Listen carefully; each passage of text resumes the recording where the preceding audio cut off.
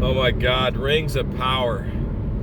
I went on this Facebook site that's supporting Rings of Power, and I just said, and you could see and these were bots. These were obviously bots, and they were like, "Oh, I love Rings of Power," and they have all these pictures of these families, and I said, "My God, these people, this is a bot site." And boy, I took so much hate. Well, just because you don't like Rings of Power, I go, no one likes Amazon's Rings of Power. I tried to like Amazon's Rings of Power. I watched one episode. First episode, I fell asleep. And I'm not the only one that falls asleep in that video watching it. And then I tried to get through the set, and I gave up. I gave up on Rings of Power. This is not Tolkien. This is not the Silmarillion. This is not the Second Age. I don't know what this is. They should have just not done this. They should have wrote their own, like Terry Brooks? Terry Brooks, he wrote The Sword of Shannara, which some people said, well, that's a ripoff of Tolkien. Well, he wrote his own world that's kind of Tolkien-esque. And a lot of people like that series, Sword of Shannara. I read The Sword of Shannara back in the 70s. I didn't read any of the sequels to it because it's kind of like, well, and there's enough differences in it that it was interesting. And back in the 70s, you didn't have television shows, and if you were really into Tolkien, which I was, you wanted to read something else, And the Silmarillion always mystified me. I could never understand the Silmarillion.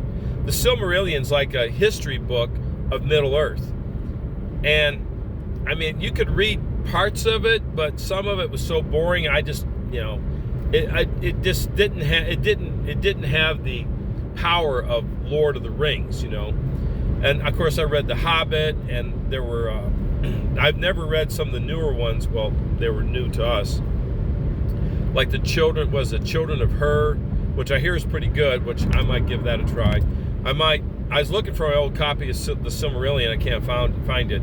But, and you can, and there are people who do it on, audio on YouTube and stuff. But yeah, I mean, the hate that you take for it. Look, I don't know how Amazon could have done what they did with $1 billion on that show. And let's face it, even their special effects aren't that good, And I'm not trying to be a hater. I'm really not trying to be a hater with Lord of Rings of Power, but they took a beloved character, Galadriel, and they turned her into Xena, warrior princess. I'm a big fan of Lucy Lawless and Xena. I watched Xena back in the day. Back in the day, Lucy Lawless was big, and there was what was her, Gabrielle or Gladriel, I can't remember. Gabrielle, I think, was the redheaded girl that was the sidekick of Xena, and this was like a story that went with Hercules, with Kevin Sorbo. Everyone was a big fan of Xena. Everyone was a big fan of Xena. And remember Buffy the Vampire Slayer? Everyone was a big fan of Buffy the Vampire Slayer. I like Buffy the Vampire Slayer. Now, I know Josh Whedon is a scumbag. I know that, but we didn't know that back then. And I loved the show Angel. And, so strong women characters are not a problem for me and most people because we kind of grew up on Xena and we grew up on, Buffy the Vampire Slayer, But now, and again, in Xena, there was kind of a lesbian relationship that was, or they were bisexual relationship between Xena, the name Gabrielle, I can't remember her name. And that was real edgy at the time. That didn't bother me. That didn't bother me. They were playing on that. They were playing on this whole, section. These two women could have relationships with men. They could have relationships with women. They have relationships with each other. That didn't bother me. I mean, but now in this woke, weirdo universe we're in, everyone attacks you. I'm like, look, I'm pointing out that those shows were very popular, and they could have done this power show without changing Tolkien. If they wanted to have a elven princess, badass Xena type character, they could have wrote that series. But they chose not to. They chose to try to overlay this over on Tolkien. That's why everyone attacked him. And I said, look, if you look at Rings of Power as non-Tolkien, it's still bad. It's still really bad. It's bad writing. It's just a I don't know what they were doing. Anyway, I took a lot of hate. What are your thoughts on Rings of Power? It's boring. It is boring.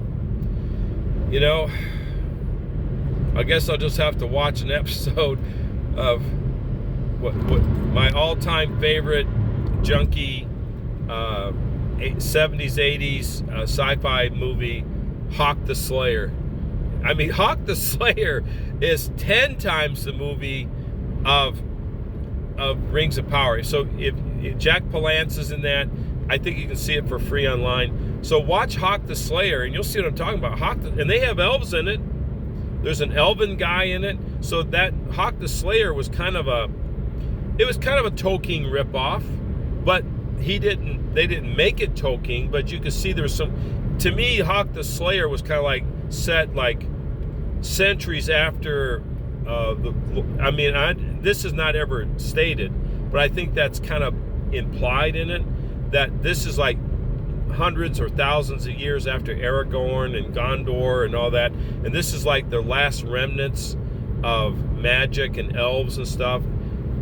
And so, you know, they could have done something like that. They could have done a spin-off world of Tolkien. I don't know, maybe the Tolkien estate doesn't allow them to do that, but they could have done like Hawk the Slayer, and they could have had a decent movie series, and they could have had this badass elven princess that was, you know, the Galadriel, but they try to manipulate. Galadriel in Tolkien is not like that at all. Everyone knows that.